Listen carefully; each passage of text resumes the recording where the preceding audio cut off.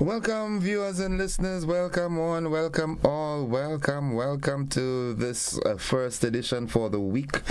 It's Monday. It is the 30th of October, the final Monday of the month. Tomorrow is month end, and I do hope that you're having a wonderful morning thus far. Hope all is well with you.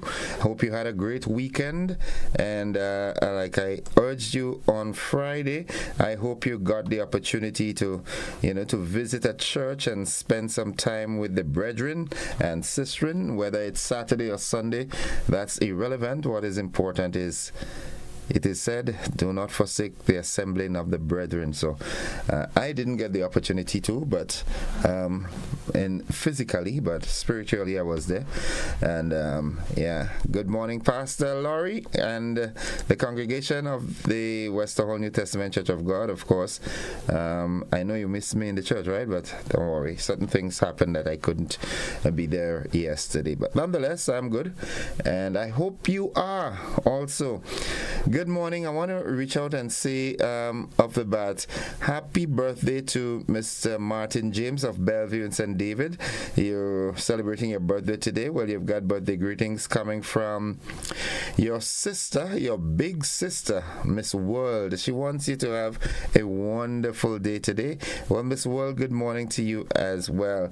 Monica Mayrose Williams says a pleasant good morning. Well, good morning to you, Monica. Also, Catherine Phillips says good morning, Grenada. Good morning, Innocent. I had a great weekend. How about you? Well, mine was, relatively confined, but other than that, I'm good. All right, yeah, I'm good. I want to say good morning to Ricky Aberdeen out there in paradise. You and your dear wife Anne Rose. You were on my mind over the weekend. Good morning to you, bro. Hope all is well. Good morning to the principal, staff, and students of the St. Andrew's Anglican School, the primary school. You are going through some trying times, but this too shall pass, okay? So just hold a strain, all right? Good, nice. It's 20 minutes on to 7 o'clock. This morning, we'll have guests. I will be joined by Mr. Ernest Richardson and Mr. Roland Wood. We'll be talking truancy in our nation's schools, all right? So we'll be talking about this morning. Be prepared for that conversation. Let's now get to the word of the day. Yeah, the word of the day today. It is a nice word. It's a describing word. It is an adjective, and that word is peculiar. Peculiar. P-E-C-U-L-I-A-R. Peculiar. Now, peculiar describes people and things that are different from the usual or normal, or that are characteristic of only one person, group, or thing. Yeah, you're a peculiar being, yeah? Peculiar. People and things that are different from the usual or normal, or that are characteristic of only one person, group, or thing. Yeah. Here's how we can use the word. The dog's peculiar behavior worried them. Something about that dog wasn't normal, it wasn't regular. It was peculiar, and that worried them. We can also say he shared customs that were peculiar to his home country. Yeah, Grenada is peculiar to oil dung, Other folks might try to make it, but Grenada is peculiar when it comes to that. We make it the best. Yeah, we alone can do this thing.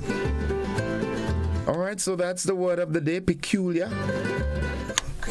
And let's go to Nadisha's favorite part of the program. Good morning, Nadisha. Hope you're doing fine. I hope all is well.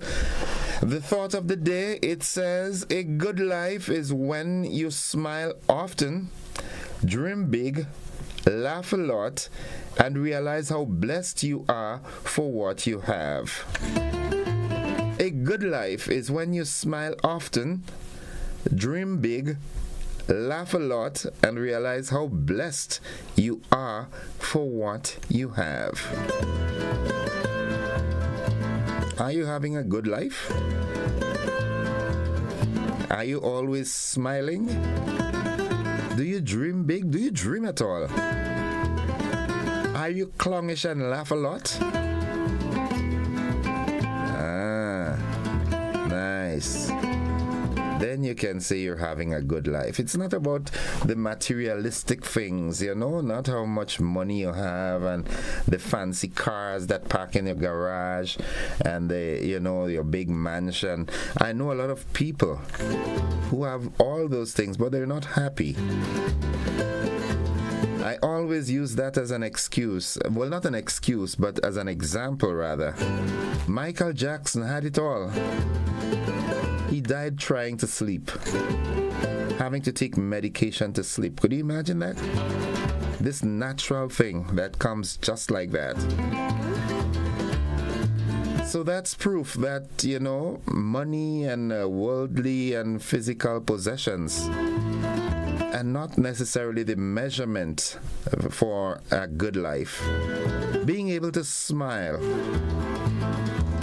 Last week a friend of mine, an old schoolmate, was reminding me of our days in primary school when, my grandmother would always make sure I go with good food. What they thought was good food, the macaroni pie and the chicken and so forth.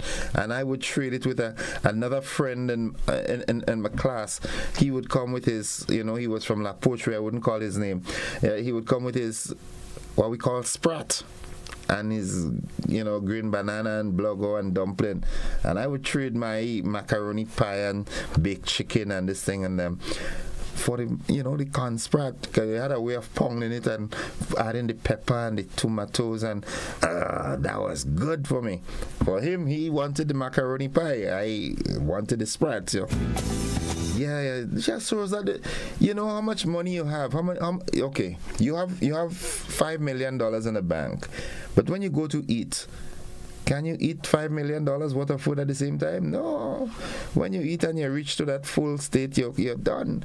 So you might have steak and all the big things, but the person who has a tin of sardine with a pack of cricks and they eat, their belly full too. You know what I'm saying? That's how life is measured. All right, quickly buzzing this morning, I just want to remind you that the hunting season is open.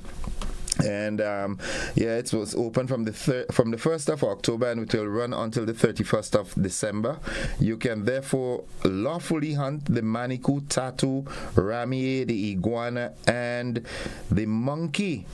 All right, but again, I urge you to, if you're going to go hunting someone's property, seek their permission first. All right, seek their permission first. Don't trespass because the hunting season is open. That's not the way it should be done. And there's something that I also want to recognize. A gentleman, I want to recognize, I can't remember his correct name, but we know him lovingly as Captain Harris. Now, Captain Harris has, taken on a mission. He's been building bus stops across the nation, and he's been doing it on his own. When I say that, off his pockets. When I heard about it, I thought that maybe there was some government intervention and, assist. No, he took it on his own, and he's building. So far, he has built 6 bus stops around the island. Next Saturday, he'll be opening one in Montfendu. And, I just thought that, I should recognize him this morning for that, taking on this noble gesture. He gets the materials, he pays the guys, and ensure that there is, that safe space for people to wait on their buses or shelter the rain, whatever. Good morning, Captain Harris, man. Keep up the good works. Folks, it's 13 minutes on to 7 o'clock. At this time, we take that break. We've got the AM edition of News, Sports, and the Weather here on Classic. Those of you who are on the television platform, we've got a rebroadcast of Friday evening's television news. Roger, good morning. Roger Buckmeyer, go back, he did. Folks, we'll see you on the flip side of 7. Bye-bye.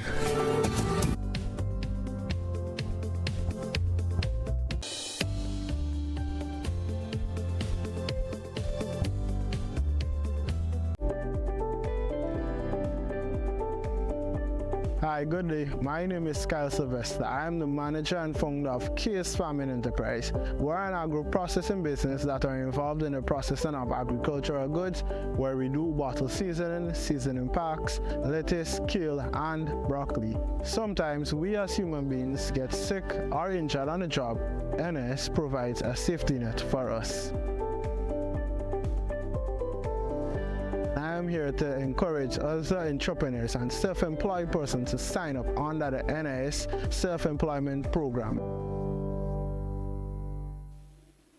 Served Grenada for decades, we are the #1 and largest electrical supplier.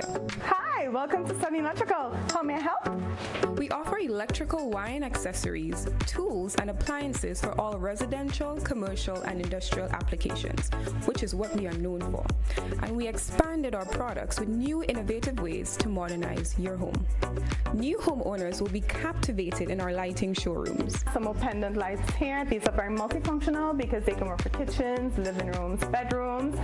We have a wide selection of lighting, ranging from indoor to outdoor and solar.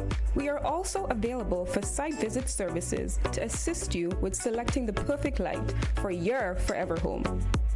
We are located at Dusty Highway in Grenada, St. George. Sudden Electrical.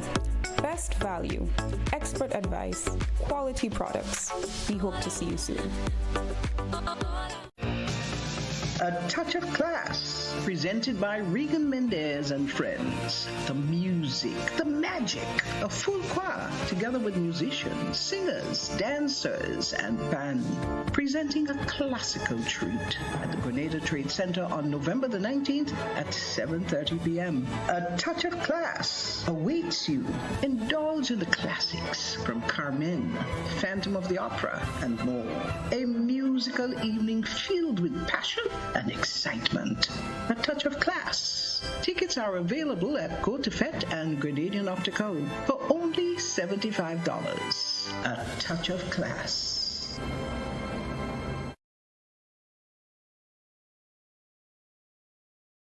Police are investigating an incident that occurred on Thursday at Latante St. David, which resulted in a mother and her 6 children, inclusive of a 10-month-old baby, being transported to the General Hospital via ambulances to seek medical attention.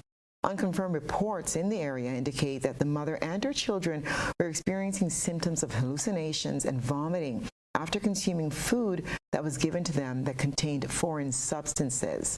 Other unconfirmed reports stated that the family's illness was the result of a gas leak in the house. While it's still not known what led to the illness of the family, police have confirmed that the victims are currently in stable condition, except for the baby, who is still under observation. GBN will bring you more of this story as information comes to the newsroom. Lamode St. George resident Kellon Andrew is awaiting sentencing before High Court Judge Madam Justice Paula Guilford for the offense of non-capital murder. Andrew, who's been found guilty of the indictable offense in connection with the February 2019 death of a fellow villager, 35-year-old painter Floyd Olive, will know his fate in November. More in this Nisha Paul. Murder convict Kellon Andrew was scheduled for sentencing at the St. George's No. 1 High Court on Thursday. However, the matter was postponed to November 1 due to the unavailability of his legal defense team. Kellon Andrew is being represented in the matter by attorneys Peter David and George Prime, who are expected to mitigate on his behalf in the upcoming hearing. The victim, Floyd Olive, died on February 23, 2019, after being stabbed in the chest during an altercation with Andrew at an entertainment club in the community. Autopsy results revealed that he died as a result of a puncture wound to the heart. Andrew was 33 years old when arrested and charged with non-capital murder in connection with Olive's death. The matter was prosecuted by Crown Counsel Howard Pinnock, who called 6 witnesses to support its case of non-capital murder during the trial, which concluded in July.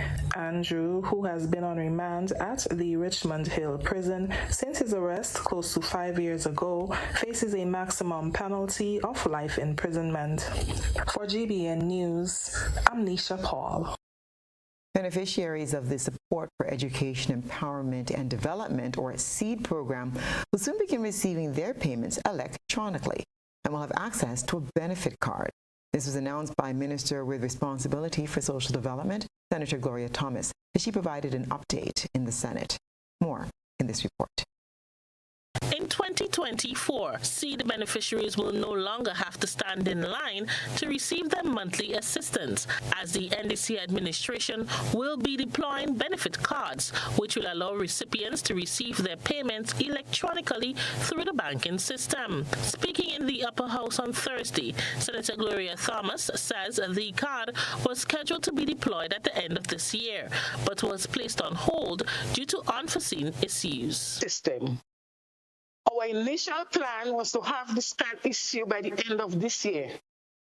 But the bank was undertaking an acquisition of the First Caribbean Bank and so requested some more time as the human resource was a bit stretched in dealing with the major undertaking.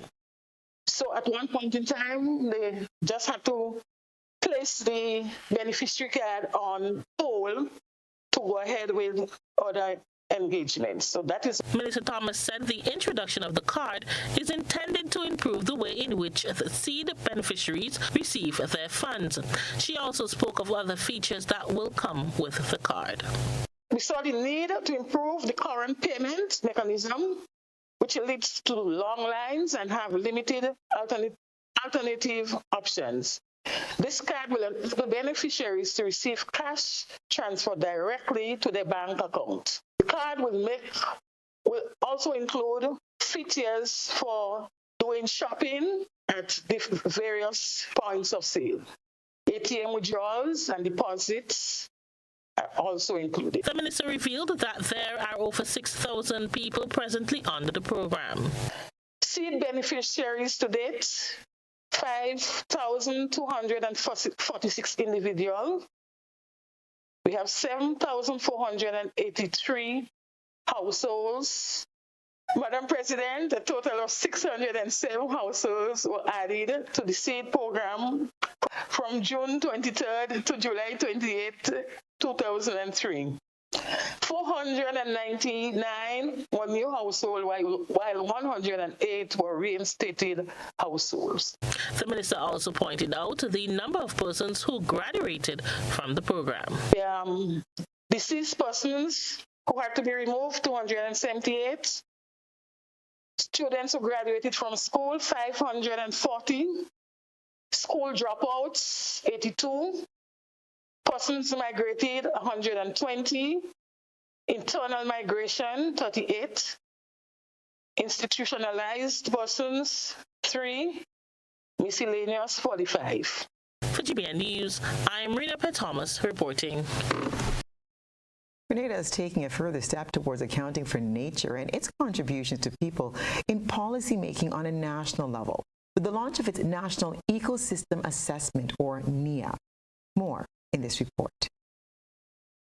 A National Ecosystem Assessment, or NEA, is a countrywide process that combines science and local knowledge to support effective policymaking on biodiversity and ecosystem services.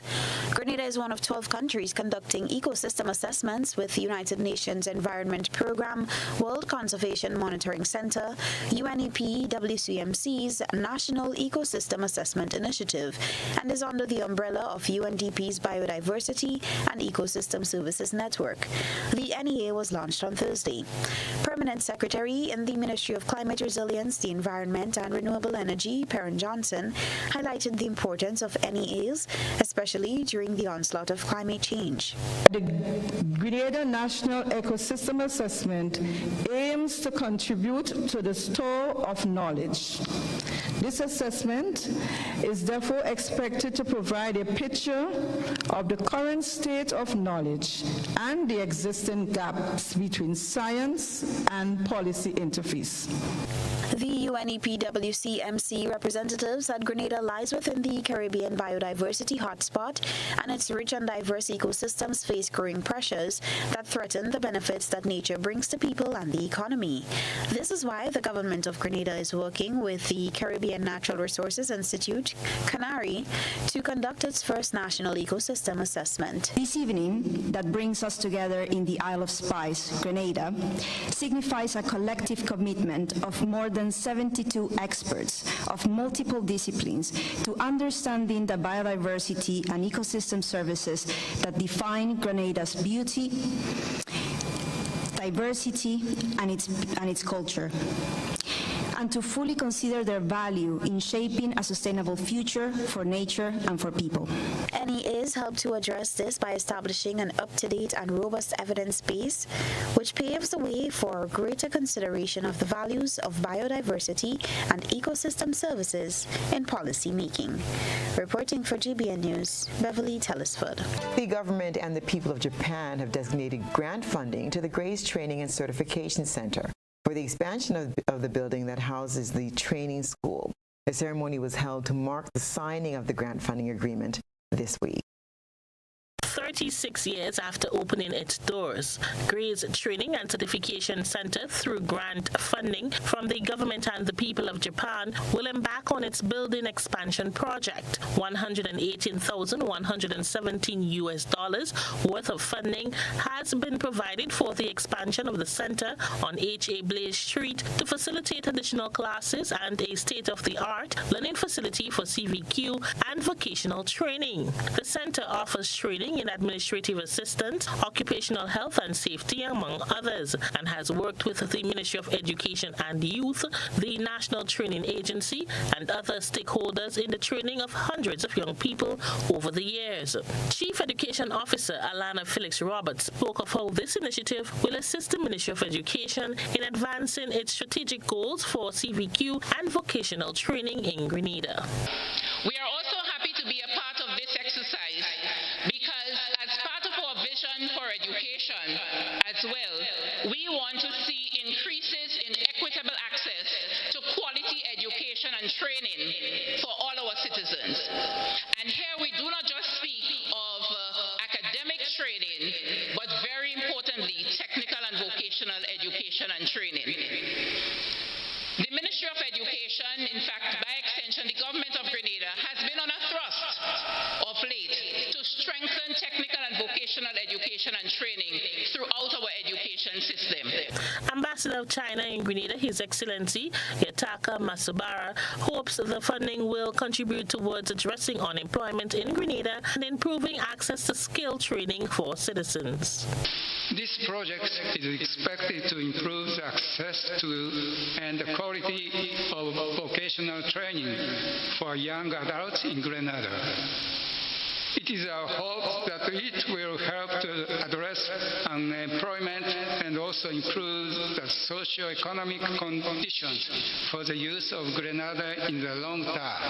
Beverly Gray, owner of Grace Training and Certification Center, thanked the people and government of Japan for their generous contribution, helping her fulfill her dream of providing the best learning opportunities for all. Today, as we sign this grant facility, we do so with great humility, mindful of the great responsibility placing us to move even further up the ladder in our aim to provide the best quality education to the people of Grenada, Carriacou, and Petit Martinique. It is our intention to create a state-of-the-art facility that would provide the space and modern equipment that would provide an on-the-job experience in our learning and teaching environment. The signing ceremony for the grant funding project was held on Thursday, October 26th. For GBN News, I am Rena Pett Thomas reporting. Preliminary work has commenced on the design and construction of a Halls of Justice for Carriacou and Petit Martinique. The significant undertaking aims to provide a dedicated and functional space that meets the needs of both the staff and users of the justice system, including individuals with social cases. Ms. Cherubim Forsyth, registrar in the Attorney General's office, has taken the lead in engaging with the project's main stakeholders, namely police officers and staff of the Magistrates Court, recognizing the importance of their input. Cherubim Forsyth has emphasized that their feedback is critical in shaping the design of the building. The envisioned halls of justice in Carriacou, Martinique is proposed to be constructed in close proximity to the new ministerial complex. Currently, the local magistrate court is situated on the upper floor of the Carriacou police station, which presents several infrastructure challenges. The new building aims to address these issues and provide a more suitable environment for the administration of justice. In order to ensure that the final design meets the needs and expectations of the community, the preliminary designs will be shared with the wider public for input. Grenada is gearing up to commence its highly anticipated 50th anniversary of independence celebrations on Tuesday, the 31st of October, 2023. In a manner that exudes elegance and style, we're going to hear about what's in store. Beverly Tellisford has the report. The celebration of Grenada's momentous 50th anniversary milestone in the nation's history will be officially inaugurated by Prime Minister Deacon Mitchell on the Carnage, one of the most picturesque locations in the heart of the nation's capital. During the launch, Dr. Wendy Crawford, chairperson of the National Organizing Committee, will provide a comprehensive overview of the committee's mandate and unveil plans to commemorate this historic occasion. The festivities will kick off at 4 p.m., promising an array of thrilling activities and entertainment for all attendees. A delectable culinary experience awaits, featuring Grenadian cuisine and beverages prepared by local vendors. In addition to the culinary delights, the celebration will also highlight the exceptional artistic talents found throughout Grenada, Carriacou, and Petit Martinique. After the official reveal of the Independence theme and logo, there will be a show featuring some of Grenada's most celebrated entertainers. As the nation embarks on this momentous occasion, it is a time to reflect on the journey that has led Grenada to this milestone and to honor the resilience and achievements of its people. The 50th anniversary of independence celebration promises to be a remarkable event filled with joy, pride, and the spirit of unity that defines Grenada. Reporting for GBN News, Beverly Tellisford. This is GBN. We've got the means, the power, and the medium. This segment is brought to you by Flow. Paying is faster and easier with Flow FastPay. Use your MasterCard or Visa and pay from anywhere. Log on to discoverflow.co/fastpay and press Consumer. Select your country and enter your account number. Enter the amount to be paid and an email address. Enter your credit card information. You'll receive a payment confirmation with the transaction details, along with a receipt to your email address. It's fast, safe, and easy. Flow, keeping you connected. With Christmas 2 months away, automobile companies in the south of the island may have just what you need to give that special someone the perfect Christmas gift. McIntyre Brothers Limited launched its newest fleet of vehicles on Friday. GBN spoke with Managing Director of the company, Fiona McIntyre Winsborough. And you were the Managing Director of McIntyre Brothers. Exciting day for you, isn't it? Very, very exciting day. We're launching the new 2024 Honda CR-V model. And firstly, I'd like to thank all our customers for patronizing us over the years. And I'd like everyone to come down today to have a look, view the vehicle, test drive, and just have a view of everything and look at it. Sales Director Eugene Crawford says the 2024 Honda CR-V model offers customers the best of both worlds. Well, this is the 2024 Honda CR-V. It comes fully loaded with all the features that many people have been accustomed to. It has the leather seats, it has a sunroof, it has a wireless phone charging, Bose audio system, electronic handbrake, but there are some features that are outstanding on this particular vehicle. It comes with a 1500cc turbo engine one may think that 1500cc is a small engine, but it speaks to the fuel economy of the car. So under normal driving conditions, you're burning fuel on a 1500cc vehicle. But if you need more speed and power and you accelerate, the turbo kicks in and it gives you all the speed and power you need. That is why we refer to this vehicle as having the best of both worlds, fuel economy and all the power. The Grenada Airports Authority in collaboration with JetBlue Airways will conduct a security exercise entitled Active Assailant Emergency Simulation at the Maurice Bishop International Airport on Wednesday, November the 1st, 2023 from 2 o'clock p.m. to 3 o'clock p.m. The emergency exercise will test and assess the preparedness and capabilities of the Airports Authority, emergency response agencies, and stakeholders to adequately respond to security incidents at the airport. The emergency exercise will not affect flight operations at the airport. Climate change is real, bringing hotter days and less rain. Less rain means less water, so it's crucial for us to conserve water at home.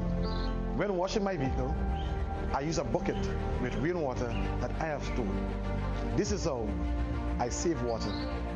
What are you waiting for?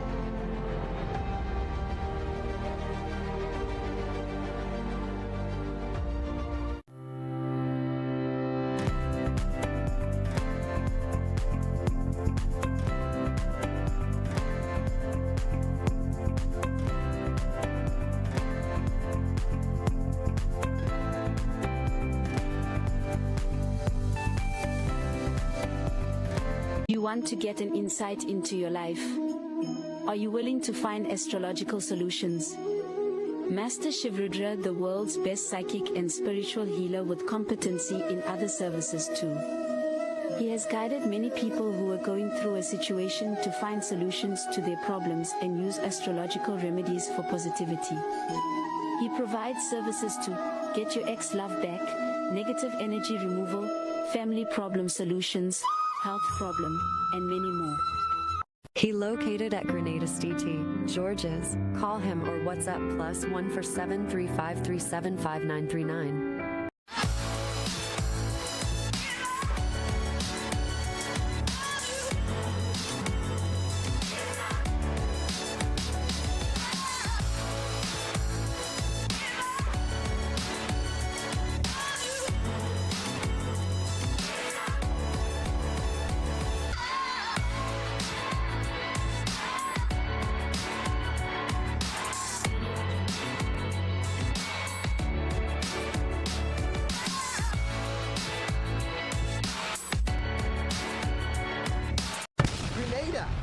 Get ready!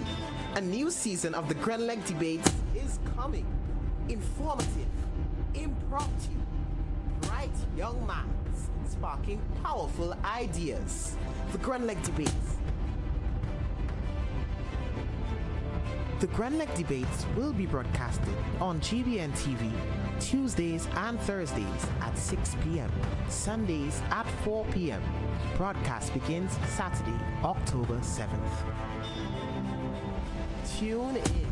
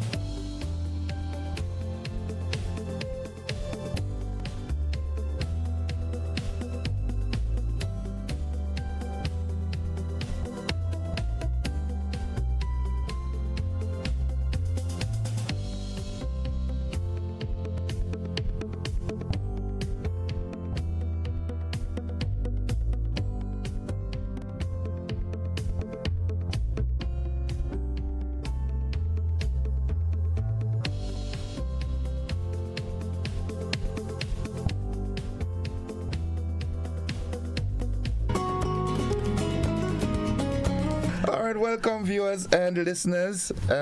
It's time now for the conversation, and as I told you, I've got with me in the studio two Truancy officers, good friends of mine. it's interesting how this conversation came about. On was it Friday? Yes, it was. On Friday, I gave this gentleman a ride up the lane, and I know he's into the Truancy department, so I said, why not come and talk with me? Because I'm seeing, a lot of children on the streets when they should be in school, and just like that, as Oliver Samuels would say, just like that, braps. Look at the big morning. Good morning, gentlemen. Good morning, sir. Good morning, Innocent, and good morning to your listening audience. Yes, viewing too. And viewing audience. Yes. We are happy to be here this morning to articulate on not just truancy, but we call school attendance issues. Right, good. Okay, so let's start the ball rolling by first giving us a definition. What is truancy? What is termed truancy? Well, truancy deals particularly with, in our context, we're talking about children. Because an adult could be truant to where the person who has a duty and doesn't perform is a truant. I don't have that problem. I'm always at work. Well, that's good. Yes. But at times things happen and people are not where they're supposed to be. But we are talking about a situation where a child should be at school and the facilities are created for him, but he or she chooses to be elsewhere. Okay. So there what we're seeing is what we call dereliction of duty or neglecting your duty, because the job of a child or the function of a child is to study, and if he or she is not in school when he or she should be there or has some legitimate excuse, then he or she is in dereliction of duty or is a truant. Is truancy an offense by law? Yes. Parents could be charged a sum of $1,000 or 6 months imprisonment for Repeat that. Can be charged a sum of $1,000 or 6 months imprisonment. All right. Well, I'm happy that you made that declaration, because we know in Grenada we have a whole lot of laws on the books, but when it comes to enforcing them, quite a number of them are not enforced. Is this truancy law really? Has it ever been enforced? Have any parents been sent to prison for their child being truant? No, but I took one parent to court during my time as a school attendant officer, and the result was positive. Positive for you? In for that you or the parent? Both parent and myself. And the child benefited? Yes, the child is now in SGU. Ah, good. Yes, but we started the conversation with a punitive kind of flavor. Yes. The consequences of. But let's talk about the other positives of it. I think probably it's not always best to start a conversation with the kind of pending punishment. It may tend to sort of not go down too well. Okay. I am suggesting that probably it's better to start on the brighter side, because human psychology. If people seem to always be talking about the negative or always consequences, sometimes the spirit in terms of our connecting, sometimes we could become divorced, because this is not what we want. Because what we realize that school attendance, in fact, the global consideration is a community affair.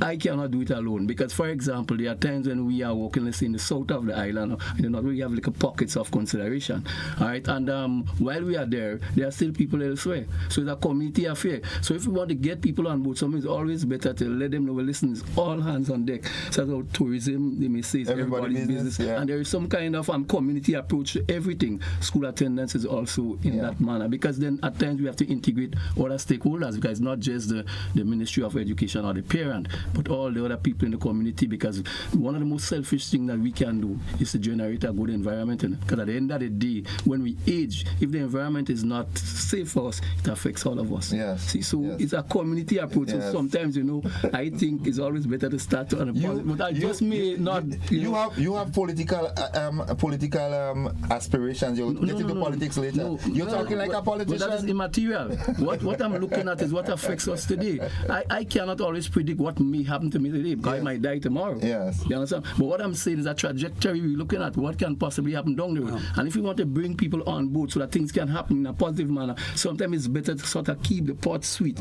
flies are easier caught with sugar than with vinegar. So we don't want to start it with that. You know, that's just my way, you know, but I'm just telling you that probably, because what tends to happen generally is that we get there at the last beat, you know, but I mean, both ways, as it may. I'm unorthodox. Yes, both ways are valuable, and they have the because some persons, they prefer to know the consequences first, and they say, and so the actions are guided accordingly. That's right, and others, you know, because in our work, what you notice that I guess why Mr. Hood bring up that is because of let's say you have hostile parents. Okay, so you don't really want to give them the negative thing at first, but you want to let them know that, hey, it's important to send your child to school, and we have these facilities. We have lunch program at school, we have breakfast program at school, and there's also the seed program, which, you know, some parents who are challenged, we can place them there, monitor. And, you know, some of those parents that I'm talking about, they have all these facilities, and yet for all, they are not, I mean, what we should say, putting themselves really to the wheel. So a child might tell us, so we ain't go to school today because we ain't have breakfast. But the child for themselves, I don't know where they are thinking, because when you come to school, you get in a breakfast. Once you let the principal know, you get in lunch, and in some instances, some principals are quite accommodating, and they would ensure that they give you a container to go home with. So why should I want to stay away from school? I have children to play with, I get in breakfast, I get in lunch, and I still getting something in a container to go home with. So I am saying that children for themselves should know, I mean, education is important. It's a vehicle to carry me, you know, into a brighter future and things like that. But the parents' responsibility is also to ensure that these children, I will want to ensure that they get the best education possible, and they would make a good citizen. Okay. Would you in you know, in doing your job, right? Would you say that Grenada has a major problem with truancy with children, school children? I would suggest that there are areas in the country where you would find it more prevalent than others, and any area is one of concern. But then again, how do we address it? Because generally, when you observe it, truancy most time is really the symptom of a deeper problem, other social problems. You know. For example, because we define truancy as where the child opts not to go to school. Let's say it could be because of bullying. Yeah. Could be because he or she does not feel competent to function in the classroom and wants to be elsewhere. You understand? A lot of other different reasons. Children sometimes do not feel competent to function in the school context, and therefore they would rather not be there but be somewhere else doing some other thing. Sometimes we look at children's interests, which is not catered for, and what you know is that we have an imbalance in terms of practice and policy. Because sometimes it's only as a society evolve. Let's say, for example, a child that's interested in fishing, right? We look at the whole of the West Coast, the Mecca of fishing in Grenada, Kirani James, down. Wow. Right? So they say, Grenville is the best fishing place in the world. Well, it's a matter of opinion, and I accept that. But when you get into this point that there isn't a place along that coast that actually teaches fishing, or teaches anything in relation to that. And sometimes when we go and we observe the home context and we see that, you know, sometimes the economic situation is strained and the children are not interested because we seem to be pushing them into that particular pathway, because you see in Grenada here is like a one size fits all. Fortunately, we see a reshifting of our focus now, and we see there is the integration of this significant aspect of TVET, other skills and so forth, which can help our children function. But I was making the point that there isn't a place along the school that teaches children to build a boat, repair a small engine, tire hop, critical. And sometimes it's because of interest. Because if you such your childhood days and he do the same and I also do the same, what I will recognize is that sometimes you are not where you're supposed to be because you'd rather be somewhere else. And if we are deprived, because remember, children function or their whole culture is to play and have fun. But if you say to a child that have to give this up, you must be compensating. You must say to them, okay, this is important. You have to engage them as a stakeholder. Sometimes we bully them and we say, okay, do this, do that, do that, do that. But we do not try to get into their heads and say, listen, this is why we want you to do that. But down the line, this will be required, this will be required, this will be required. But we bully them, and therefore what you find happening is that children find a way of deviating into their own intentions. Because I can be sat here or seated right here now, and I could be a Truant. Because a lot of people tend to think that you have to be absent from a post to be a Truant. Because I could be here and not be performing as I'm expected to perform. You're here bodily, but that's and you see, that is a critical aspect, because if we're talking about functioning in today's context, because remember, it's a global village and the competition is stiff outside there. And if you want to surface, you have to just be the best. You understand? But if you are not properly prepared, so I could be sitting in class, but I'm here and my mind is elsewhere. But how do we engage the child and make sure the child is on point? To further develop on Mr. Hood's point, let us take, for example, Innocent, the fact that we said that tourism is everybody's business. Now, in the tourism field, for example, does the curriculum in education facilitate that? Not actually, because you have persons that needs yacht to come down, yacht to go up. And as Mr. Hood said, if we teach fishing on the West Coast, then you would have navigation and all these things, and you would have a lot of different skill sets and where persons can make a viable living, because we are more, what I would say, into the academics and but you need different skill set in today's world, as Timothy Antoine states clearly. Okay, the way forward now is having a skill, because with a skill, I mean, you could do so much things. Yeah. Probably in my time, if there was more skills available, because I'm a hands-on kind of person, I could do things. But without that availability of that, probably teaching take up my. Well, let me ask this. What is your typical day work like? What do you do on a daily basis? Well, it depends, Yes. First of all, let us say, for example, you go to schools, you collect data. So from the register, you would know this child is not attending. Then you can make some home visits. Then you can stop on the block, because on the block in Grenada, once the people know you, they would give you a fair idea of what is taking place in the community, who is not attending, and sometimes parents, what I would say, persons of interest, good citizens would call in and give us information. Sometimes we have to make interventions to get clothing for children, corporate citizens, so we'd have to go to corporate citizens to get those items so that we can have a child back to school. We interface with, I just say the Catholic storeroom. Okay, they give us things that we can give parents so that they can, bolster their home needs. But is that part of your job description, or is it you just take that initiative on your own to all of that to ensure that a child gets to school? Okay. Because we are not existing in a vacuum, so therefore you would have to do all in your possible powers to ensure that. So we do that. We talk to persons that, sometimes might know persons that is willing to sponsor children. That's a good thing, because the government can do it all.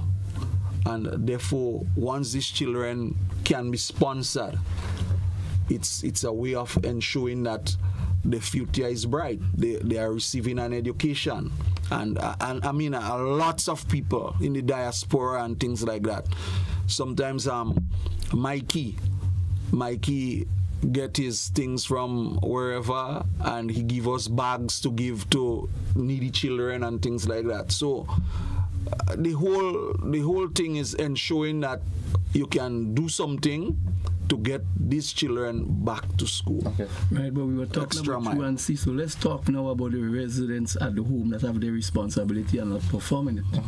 Now, what you find sometimes because of the whole upbringing of some children, some parents, in their life, they would have gone through a lot of difficulty and probably would not have completed school themselves. And therefore, as far as they are concerned, education may not be important. So therefore, they do not prioritize education. So sometimes we might be driving through the interior and fellas might say, hey, teach, come, all you're drinking. And at times you have to ask them, what's the situation at home? You buy a pound of sugar for your children already? What I'm trying to get at, dereliction of duty, right, or performance of duty that causes children to go to school doesn't only reside with the outer part of the society. What about at home, where there is neglect, where probably due to poor planning and poor management, resources are not allocated, because as far as some people concerned, education is not important because I made it without it. You understand? Therefore, they do not prioritize. And sometimes I say to myself that when people say to you, into the vernacular or colloquial, he ain't money for that, or I ain't money. I wonder whether it's because he ain't money or there's not a priority area. This is not a priority area. Because if something is important, you will find money for it. If, let's say, for example, in your monthly budget, right, you may not have budgeted for medical consideration, but something pop up, what you going to say? If you're not healthy, you cannot continue. You can say you have money and fall on dead, or you go find the money within your budget. So what I'm saying, sometimes it's just a matter, in my humble view, of prioritizing a little less here and a little less there, and seeing how we could get the children to go. Because you see, what I'm saying is about hope. Life loses its essence if there is no hope. If there is no tomorrow.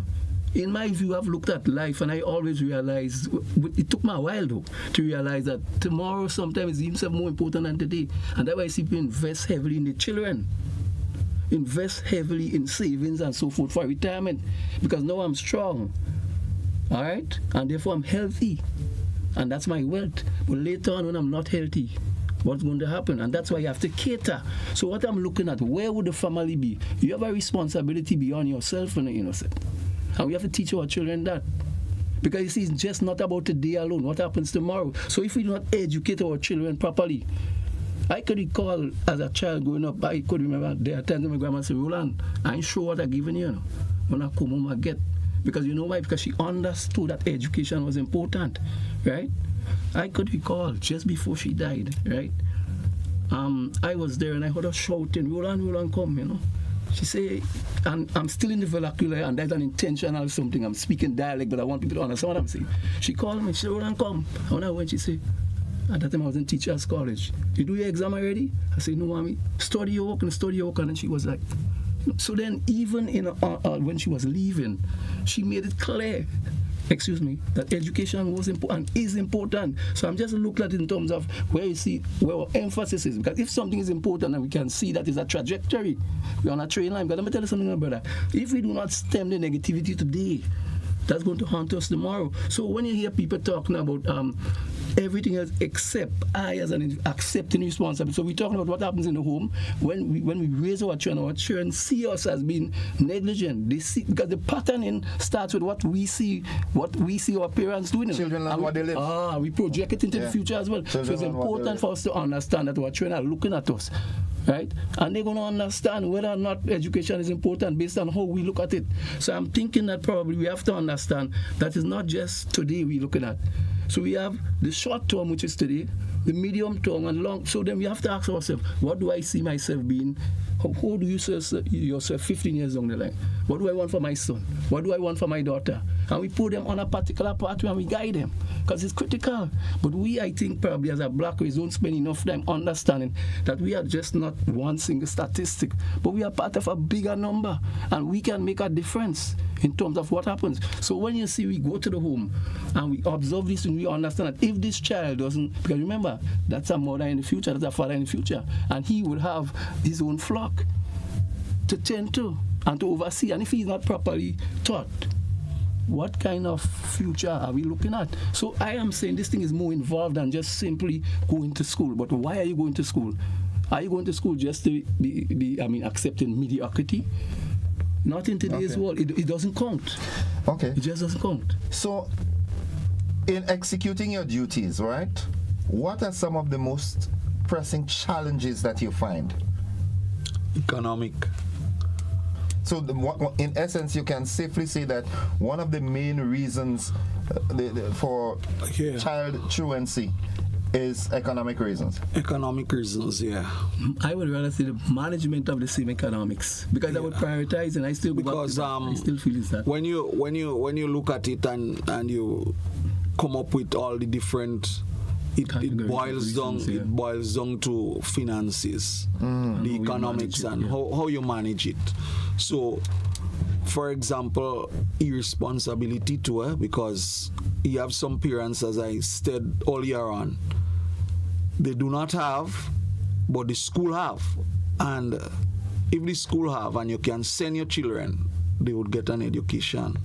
But sometimes proud, they don't want to accept the fact. But you cannot, in today's world, I would say, when you look at the importance, as Mr. Hood stated, when you look at the importance of education, in my time, I went to school barefooted. I moved 5-10 miles a day from Cloutier to go off to school and back without transportation. I see children now, taking a bus to go right there from the terminal to up on top the hill there. I mean, in my time, I walk in 5 miles to go to school and back because, education is important. My father used to say, if you're not well, you go to school, and when you reach there, if anything, the principal would get in touch with me, and I'll see how I'll get you back home. But he's fully aware that the time you reach in school, you get back well already. Yeah. So that was not an option. I was talking with someone. I wonder if it was you I was telling that, or somebody else, that I cannot remember staying home. I was asthmatic, right? Asthmatic, but my grandmother said, "Go with the puff." Yes. It was a priority. You had to go to school. You had to go to school, gentlemen. Folks, I'm talking with Mr. Ernest Richardson and Mr. Roland Hood.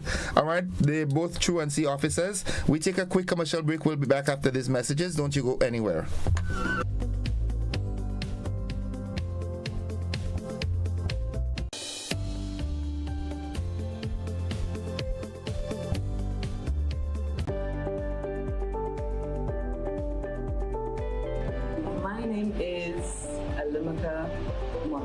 I've been here doing nails since 2017. Me being self-employed, I have realized that paying the NIS benefits me now and even when I retire. By the time I'm 65, I will be receiving contributions back from NIS. So I benefit because I'm self-employed. Anything can happen. If anything happens to you while you're at work, you've got a bad cold, you have the COVID, you have dengue, we have all these diseases that's plaguing us at the moment. NIS will be giving you back some form of money when you're ill. So I would encourage all small business persons to sign up with NIS now.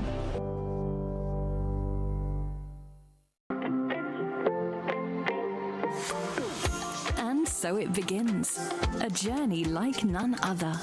Every moment has the potential to be unforgettable. Bring home a piece of the tropical green forest with every emerald. Capture the sparkling light of flawless water in a diamond. Make the sunrise and sunsets last forever. With precious colored gemstones, the essence of happiness is in our most precious memories. So when it all comes to an end, bring home something that will last forever. Colombian Emeralds International. Bring home more than a memory. Hey, come closer. I want to tell you something amazing. I am Nexa. And when I say Nexa, I mean more than just another financial institution. We're a family. We're a community. A community that listens and values your voice in every decision we make. Big financial decisions can be daunting, but Nexa is a strong support system here to guide you every step of the way. Nexa believes in empowerment, but you are never alone. We're with you wherever your road leads. Whether it's owning my first home, educating my kids, or starting a business, Nexa is where I am following my dreams. And here's the exciting part. You can be part of this incredible journey too. Just join today. I am Nexa, and you can be too. We're making it even better to be a Nexa member. Ask a friend who's already a member to refer you. Our members refer someone, and both of you can enjoy special rewards. It's a win-win. Call us at 440-1354. Visit us on our social media or our website for how to join. Nexa Credit Union, with you wherever your road leads.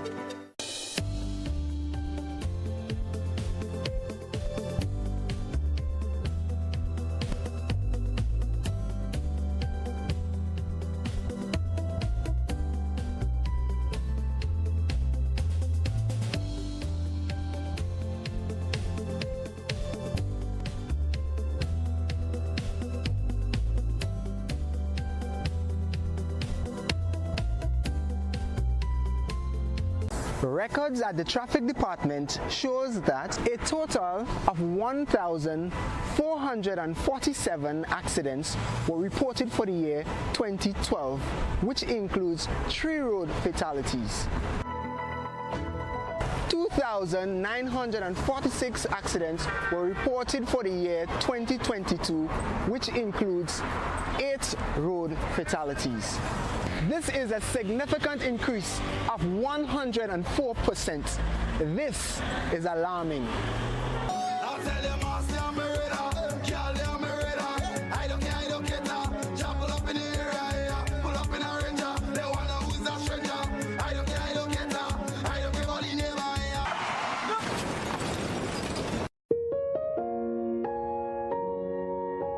When a family tragically loses a loved one, does it matter whether by means of a gun or a motor vehicle?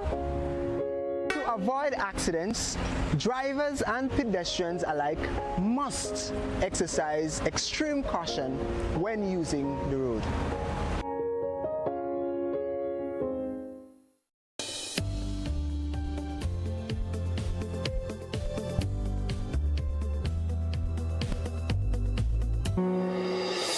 Welcome back, viewers and listeners. The conversation, we've got just about 6 minutes left on that aspect of the conversation. I'm speaking with Truancy officers, Mr.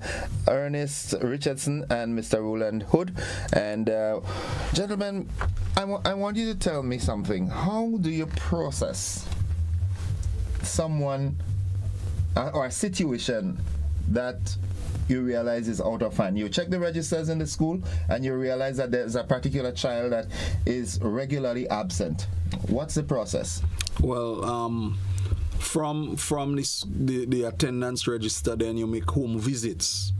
From the home visits, you'll gather the information whether the parent is keeping the child at home or whether the child on his own just decide that he's not attending school, or if it is some medical problem. So you find out the situation, and after finding out the situation, then now you would see how best you can remedy the situation.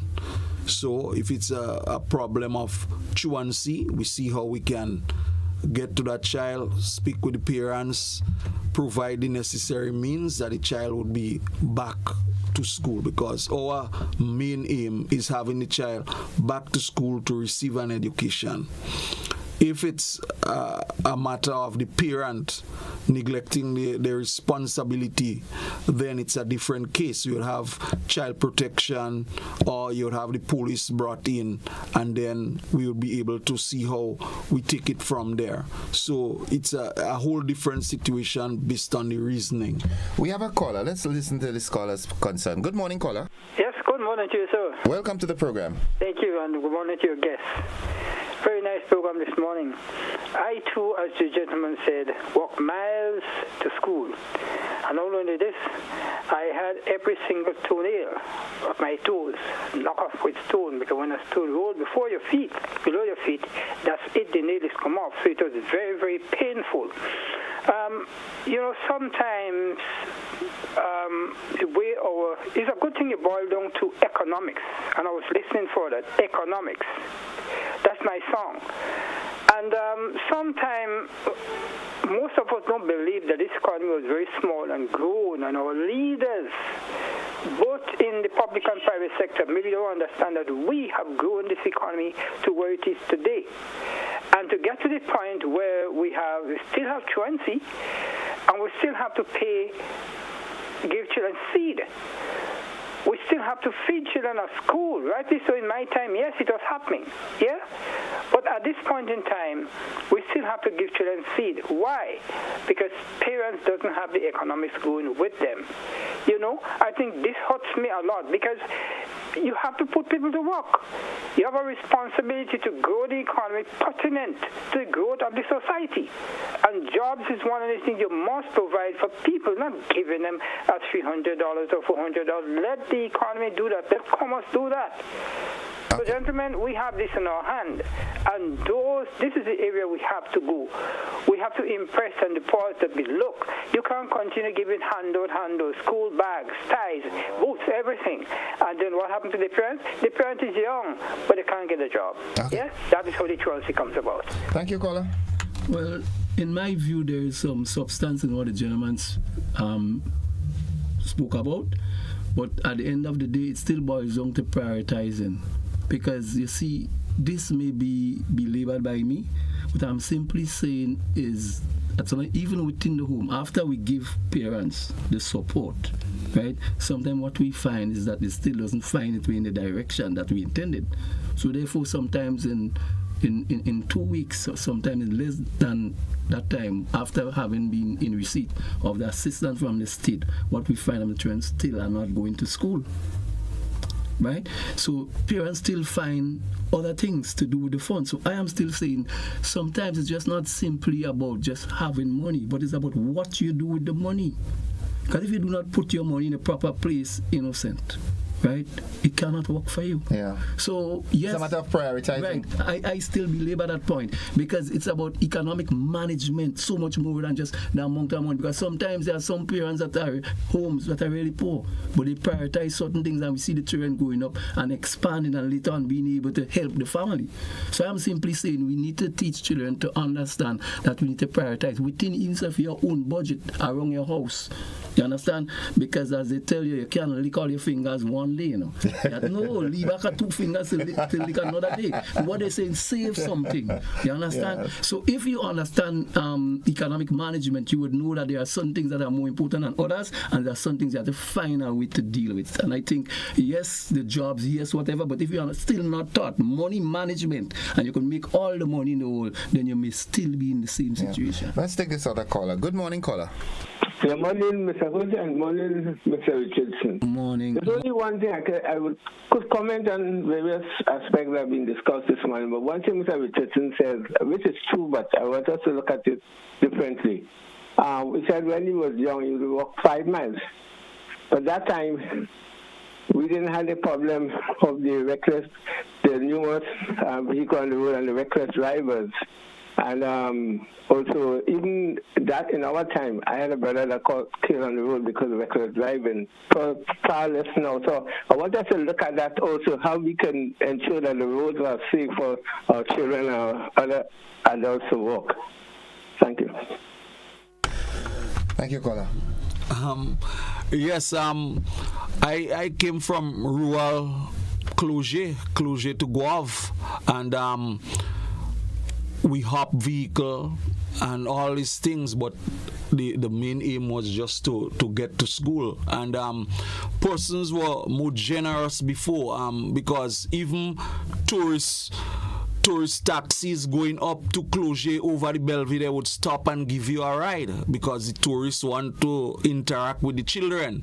Nowadays, you have persons, they might even prey on children. So giving a ride sometimes is not even the best thing. Mm-hmm. But you had more generous persons that would stop and ensure that children are given a lift to go to school.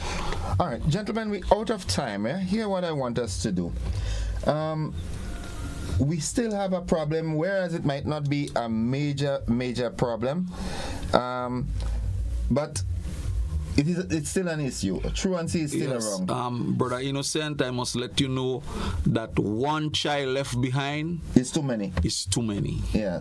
So I want you to reach out to folks out there, because there are varying reasons why some children don't go to school. I mean, I have had personal encounter just recently. On Saturday, I met one of my friends up at Richmond Hill, and I was telling him that I met his son in St. George's, and during school hours, and he wasn't dressed for school, and I was like, why are you not at school? I fed up with school. Interest is what we were speaking about earlier. Right? He said, I'm fed up with school. I said, how are you? How old are you? 14, 15, I think. I said, and you fed up with school. Why? I just can't take on school anymore. I said, so what do you want to do? Good question. I ain't even know yet, but I don't want to be in school. And my heart... That's problematic. And I tried to get to his father. I couldn't. But then eventually Saturday I met him, and he said, yeah, he got expelled from school eventually. So he did things to get himself expelled. But he say, I have him under my wings, working along with me in the building industry, and in January he's going to Newlo. So maybe that's what he's interested in. Well, that's a pathway that we have to pursue as well for children based on interest. Parents, guardians out there who are having issues, whatever the issues are, in getting their children to school, whether it's a case where the child doesn't want to go, or what advice can you give to them? Well, the Ministry of Education have what we call the student support services. So therefore we have a number of counselors there, both in primary and secondary schools, that can walk along with children. You have guidance counseling. So children want to be something, they can be guided as to what they should do to end up in that field. So don't stop it, just pause. I'll unpause you momentarily. Let's take this caller. Good morning, caller. Morning, Innocent. Welcome. I'm listening to the program. Very interesting. But I'm moved to have to say something that happened roughly about 4 years ago, right? There was this little guy, this is one child of the mom. She died, she succumbed to cancer. And he went to SAS. He was 13 at the time. And I tell you something, Innocent, it didn't have somebody or a body I didn't speak to. He's not no blood relative of mine, but I knew the mom very well, right? She worked with the police force. She wasn't a police officer. She worked on the fort. And I spoke. I did it through the school. I did it through the social people that used to come to visit her when she was ill. I spoke to so many, the counselor in the school, so many persons to help that child. He dropped out of school at the age of 13, and it's roughly 4 years now. He's from Blaise. And up to now, this child never got any help. And believe me when I tell you he never got any help, he never got any help. And I spoke to several persons about this child. He was 13. He was the only child of the mother. Okay. And he lived with a grandmother. He still lives with a grandmother. He has gotten a little bit delinquent, I must say, so he needed firm hands. But he was a given up case. Okay. Thank you, caller. Okay. Well, it's a rather unfortunate situation, but I must say that at present we only have three school attendant officers on island. Why?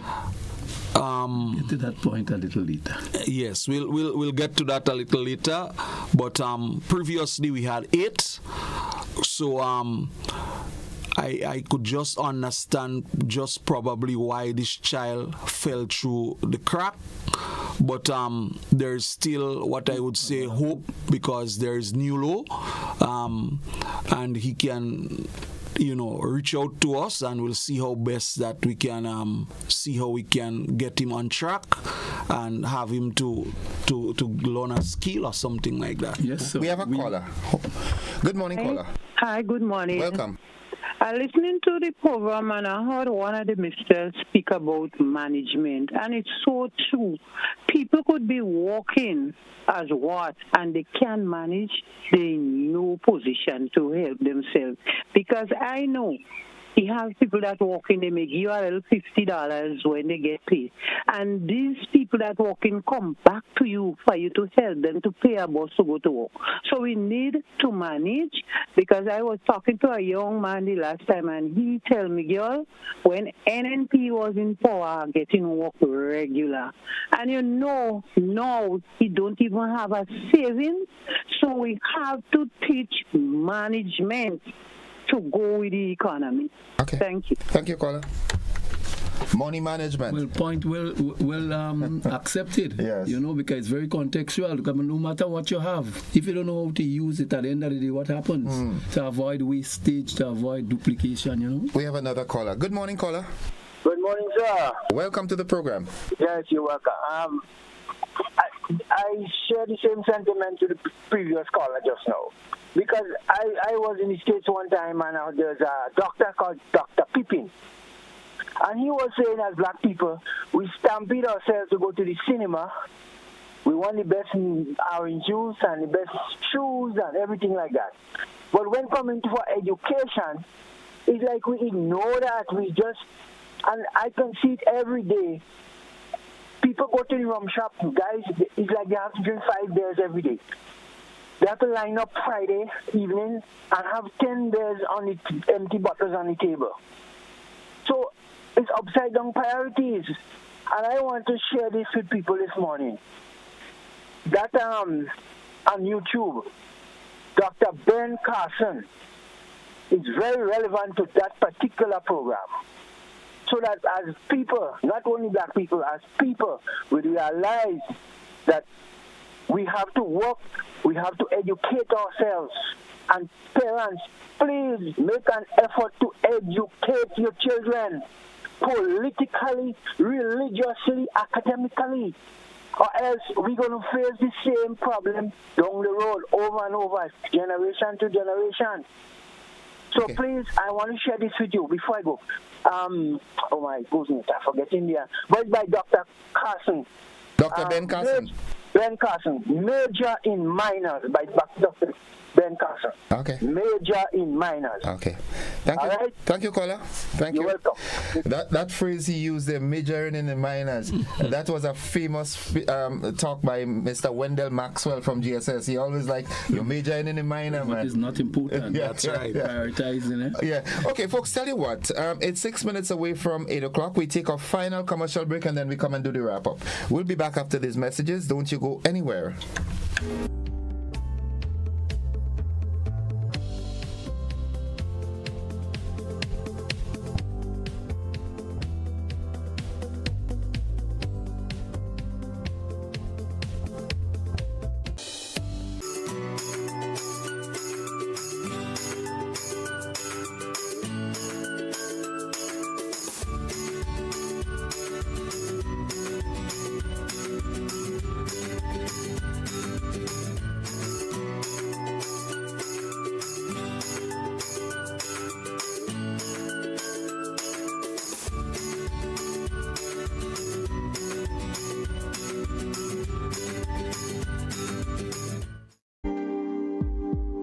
Diabetes now is so prevalent that if we're not careful, we might be one of the last generations to live longer than our parents and grandparents because it's shortening our lifespan.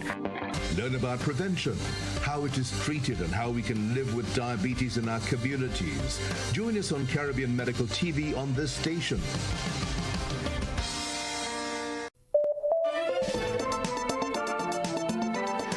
Episode of Caribbean Passport TV, we travel to St. Kitts and Nevis, visit a cocoa estate in Trinidad and Tobago, and listen to some steel pan music.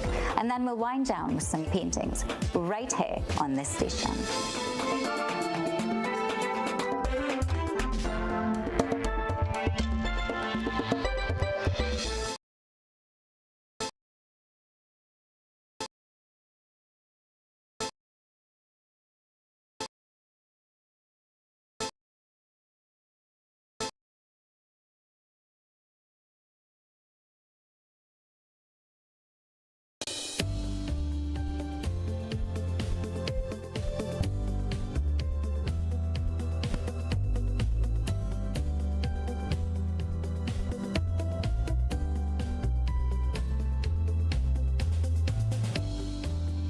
GBN Television News at 7, a pulse on all things Grenadian. Look out for our new features through expanded synergies with our media partners in Barbados, St. Lucia, Jamaica, Trinidad, and beyond. Capturing the latest in...